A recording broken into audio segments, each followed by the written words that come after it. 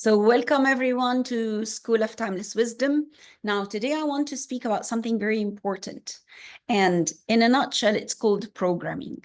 Before I do so, right now we have a lot of alignments, like we're January 2025, and we've got these alignments like planet Earth is really affected by 4 major planets: Mars, Jupiter, Venus, Saturn, and they're all visible in our sky. Especially yesterday, I went out and I could see them with the naked eye. If you have one of these apps that shows you where they are, or you're savvy enough, you will spot them.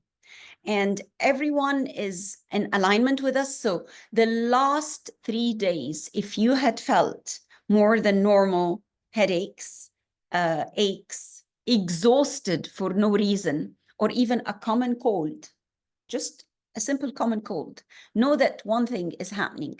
The energies of these planets are having kind of like an impact on you, on your body, on who you are. And Mars is staying with us for a lot of this year, 2025. But on the whole, it's not doom and gloom. It is beautiful. These are aligned for us to be able to align ourselves. And having said this, just this is a side note, today's topic is programming. So what is programming? And why do I want to speak about programming? Now, programming is a very important thing to be aware of. Like when we are born, the minute we're born, we're being programmed. So when a child is born, from the age of 0, if 0 exists, till 7 years, you're in what we call as a child theta state. And a theta state is a form of hypnosis. Like as a child, you're a clean slate, completely clean slate, and you're being programmed by everyone, by your parents, siblings if they're older, and sometimes even if they are younger and doing specific things, by the educational system when you go to school, nursery, by people who are at home, even if they are just the help who come around, and whether they're staying with you, living, or just coming once or twice a week, cousins, family, and then people you meet in the street everywhere. The tool that programs us the most are these sets, TV set, and now it is internet, everything. So what do I mean by programming? Child, when it's born, you know, any being, it's born with a system of feelings. And it's also born like, you know, when you have a computer, but it doesn't have a program, you want to put a program to kind of like have lots of jobs on this computer. So you program something. So here, a child, up until the age of 7, is receptive to this without questioning. Without questioning. This is why I'm saying it's exactly like hypnosis. So here, I'd like all of you to sit down, get a pen and a paper, and think from up to the age of 7, what were you told is good? And what were you told is bad? Just write it as it comes. So if you're, the simplest program is, oh, if you touch this, I'm going to be very upset with you. You're going to be a bad boy. You're going to be a bad girl.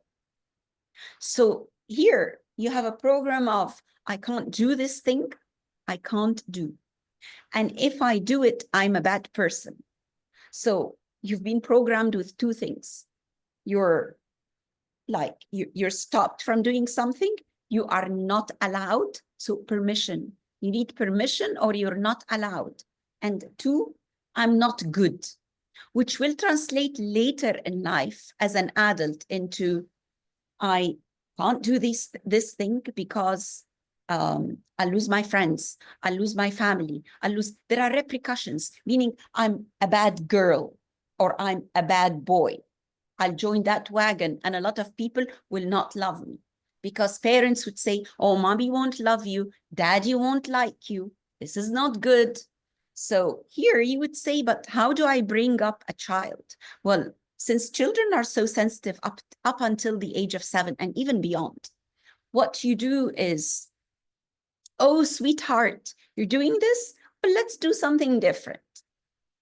And don't say no as no, unless, of course, they're going to electrocute themselves, or they're playing with fire and they're going to explode something or do something or kill themselves accidentally. So here, yes, of course, you do interfere. But other than that, it is kind of like, be very careful how you word things. So here, we're adults, and the majority, the bulk of things that come to us are coming from one thing. It is kind of like you were told, you were programmed up until the age of 7 that you're an idiot, you're stupid, you're not quick enough, you're not intelligent enough, you're not beautiful, you don't have the looks, you're not talented, you're slower than the rest, the other children are good and you're not. Whatever it is a lot. So please sit down, bring a pen and paper, and have a think. And the best way to do it is just to tell yourself, I really want to remember everything when I was up until the age of 7. What was I told by people around me? And you will find one thing. Incidents will come up. Memory is very intelligent, the subconscious. If you give your subconscious the freedom, just say, subconscious, I want you to help me to bring those thoughts, those ideas that shaped me to up until the age of 7. And you will find one thing coming after another. Sometimes you will remember yourself crying because you did something and you were punished. Punishment is another biggie, like we're always expecting punishment. And you will find that everything you're suffering from now will come from those formative years, because it is always about one idea. They're all going to boil down to one idea. I am not good enough. How? I'm not worth it. I'm not good enough. I'm not worth it. I'm not good enough. I'm not worth it. And it will come in various things. That's a program. That's the worst program. We've all been subjected to it. So one of them is, oh no, I will never be able to do this. I'm not good enough at that. Meaning I'm not worthy of taking this job or taking this offer because I'm not good enough. Or, oh, this man, he'll never be my boyfriend, or he'll never offer marriage, or why? Because I'm not good enough. Or a man is attracted to a woman and he'll say, oh, she'll never look at me, meaning I'm not worthy enough. I'm not enough. You see, it all comes from there. Or, oh yeah, they've had it easy. They've all got amazing backgrounds. And then you look down upon your own background, upon your family, upon your circumstances. Now, family, circumstances, everything. People keep telling you another program is destiny. It is not destiny. It is not your destiny. You're not fated to continue the same way. We're all programmed in the same way. So all of us have grown up to believe we're not worthy. We're not worthy. And if I push to make myself worthy, I'm a bad girl somehow, or there will be punishment. This is why a lot of people want to succeed, but are afraid of success. That's the trick. You see, sometimes you think, oh no, what you're saying is not true.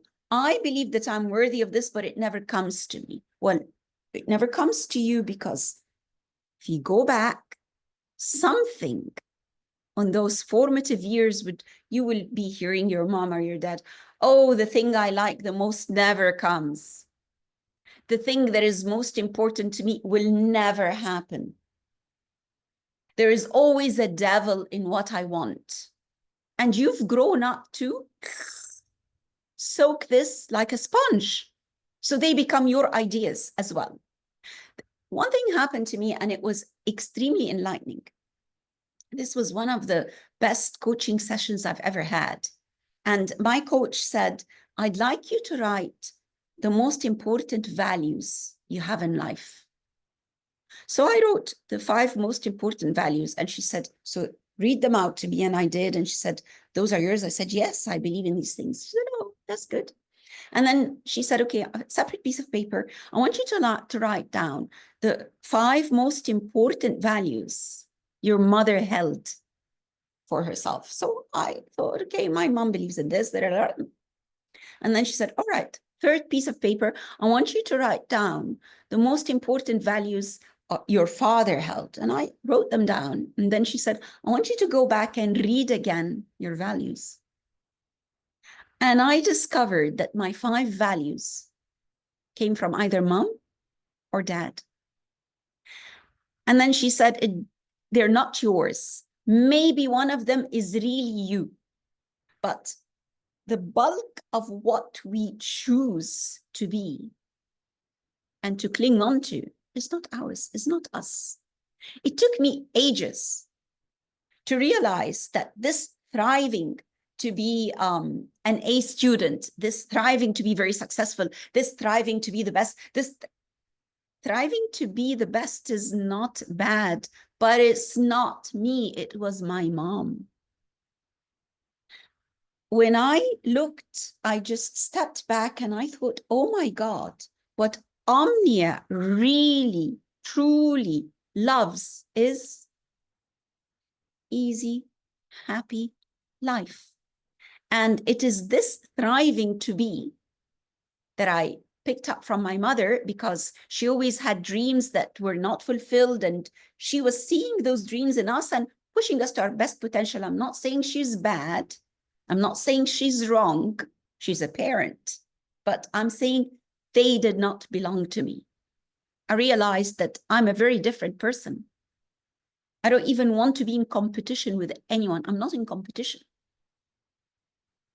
It's not the way I thrive. I thrive through peace. I thrive through being accepted if I can do something or don't. And even this thing, if I can do or don't. There is nothing called I can or I cannot. There is something called something resonates with me and I'm following it.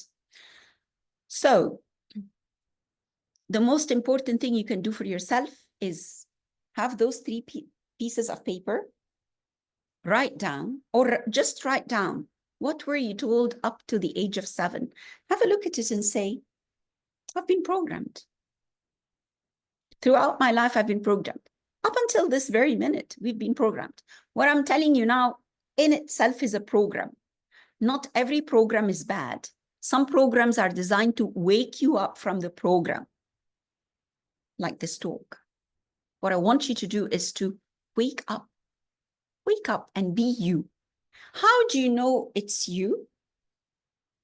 Not society, what society wants for you or what other people. It's when you're doing it and you're happy, peace. Oh my God, I had a lovely day. Why did you have a lovely day? Oh, I met a friend and it was a heart-to-heart conversation, having this cup of coffee. And then I went and did my work and I really enjoyed my office and I really enjoy what I'm doing. And then I went and did this or ate that or whatever, or had a walk or whatever you love that generates this feeling flow. I didn't like when you don't need to even think about it. It's kind of like you're doing it and you catch yourself laughing from the bottom of your heart. That's all you need to do. Follow this flow. I'm not saying let life just drag you and you're sitting here miserable. No, it's not about sitting miserable. If you want to sit down quietly and it makes you happy, sit down quietly and do nothing. It is just follow the flow. Why? When we're born, the soul, even before it's programmed, the soul is born with its own energy. And this energy is going to move in a direction that will take it to its course, what it wants to experience. And what happens? The program is running and then we get jerks in the program. You're an idiot. Jerks in the program. He'll never love me. Jerk in a program. He dumped me. Jerk in the program. I got fired. Jerk in the program. I never got the green card. I never got the passport. I never got the job. I never got the man. I never got a child. Whatever. You just need to, this jerk means you're out of alignment. You're not being you. You're not allowing what you're born with to just take its course. So how do I know what is good for me? It is simply taking a deep breath and moving in your day. If someone is very negative, know that this is a program that is taking you out of alignment. Avoid them. If someone is making you feel better, get more people like this in your life. If spending more time with yourself, on yourself, by yourself makes you calm, do more of this. The one thing, if you're with yourself and you're constantly negative, yeah, nothing happens in my life, that terrible voice, just sit and say, I know this is a program. Why do I keep playing it? I don't want this program. Close your eyes, visualize that you're putting your fingers inside and pulling this program out of your head and burn it. As simple as that. Catch yourself again and say, oh, this is the residue of the program. Let me put your fingers inside. Just imagine your fingers going inside and you're cleaning the area and pulling whatever and burning it. It works. I've changed my life so much by just realizing that what I've been running after has nothing to do with owning.